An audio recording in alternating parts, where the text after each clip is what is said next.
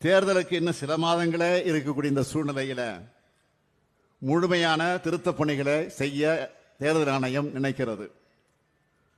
அதற்கு காரணம் உண்மையான வாக்காளர்களை நீக்குவதற்கான தந்திரம் அது. அதைத்தான் பீகார் மாநிலத்தில் செஞ்சாங்க. இப்போ மற்ற மாநிலங்கள் செய்வதற்கான முயற்சிகளை ஈடுபட்டு இருக்கிறாங்க.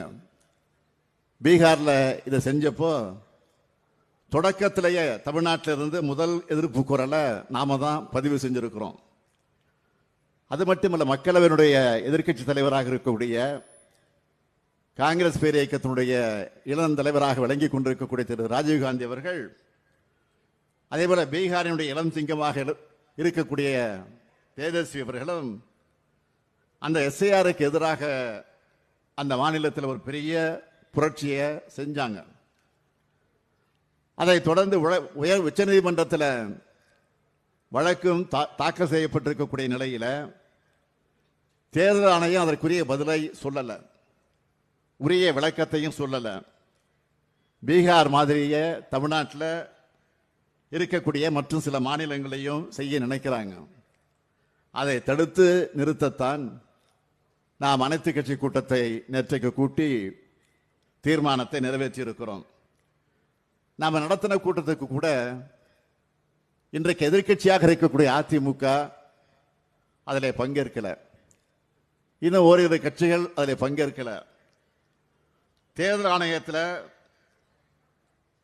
இந்த நடவடிக்கைக்கு எதிர்ப்பு தெரிவிச்சிருக்காங்க. அதுக்காக நான் உள்ளபடியாக அவங்களுக்கு நன்றி சொல்றேன். எதிர்க்கட்சி தலைவராக இருக்கக்கூடிய திரு பழனிசாமி அவர்கள் இதில் கூட இரட்டை வேடத்தை காட்டியிருக்கிறார். பாஜகவுக்கு பயந்து தேர்தல் ஆணையத்தோட நடவடிக்கையை எதிர்க்க பழனிசாமி பயப்படுகிறார். அதே நேரத்தில் அதிமுக தொண்டர்களுக்கு அறிக்கையும் அவர் வெளியிட்டிருக்கிறார். இன்று பத்திரிகையில் நீங்கள் பார்த்திருக்கலாம். எதை காட்டுகிறது?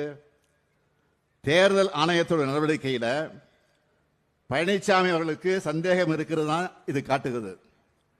ஆனால் அவரால் வெளிப்படையாக இதை எதிர்க்க முடியல. தான் பாஜகவுடைய பாதம் தாங்கி பழனிசாமி என்பதை நொடிக்கு ஒரு முறை அவர் நிரூபிச்சுக்கிட்டு இருக்கிறார். நான் உறுதியாக சொல்றேன், பாஜக எப்படிப்பட்ட சதி செயலை செய்தாலும் அவங்களால தமிழ்நாட்டில் எதுவும் செய்ய முடியாது என்பதை அழுத்த திருத்தமாக நான் குறிப்பிட விரும்புகிறேன். அதனால தான் தங்களுடைய திட்டங்கள் தமிழ்நாட்டில் எதுவும் எடுபட மாட்டேங்குது என்கிற அந்த ஆத்திரத்தில் தான், நம்ம மேலே இருக்கக்கூடிய வன்மத்தில் தான் இப்போ என்ன பேசுகிறாங்க. அதிலும் குறிப்பாக மாண்புமிகு பிரதமர் மோடி அவர்களே போய் பீகார் மாநிலத்தில் போய் என்ன பேசியிருக்கிறார்? தான் எல்லாருக்குமான பிரதமராக விளங்கி கொண்டிருக்கக்கூடியவர் மோடி அவர்கள். ஆனால் அங்கே போய் என்ன பேசுகிறார் என்று சொன்னால், தமிழ்நாட்டை காட்டி பீகாரில் வெறுப்பு பேச்சை பேசியிருக்கிறார். வந்தாரை வாழ வைக்கக்கூடிய தமிழ்நாட்டை எல்லோருடனும் சகோதரத்துடனும் பழகக்கூடிய நன்மை பற்றி இந்த மண்ணில் வாழக்கூடிய எல்லாருக்கும் நல்லா தெரியும். நான் கேட்கிறேன், மாண்புமிகு பிரதமர் மோடி அவர்கள் பீகாரில் பேசின அதே கருத்தை இந்த தமிழ்நாட்டில் வந்து பேச முடியுமா? பேசுவாரா? பேசுவதற்குரிய தைரியம் இருக்கிறதா என்ற கேள்வியைத்தான் நான் கேட்க விரும்புகிறேன்.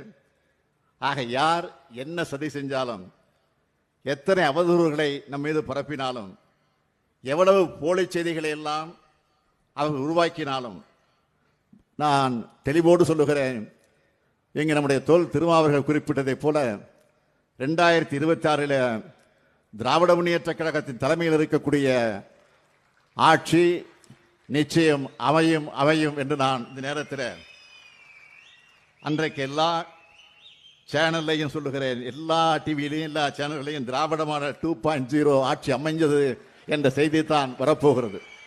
அதை நீங்கள் பார்க்கத்தான் போகிறீர்கள்.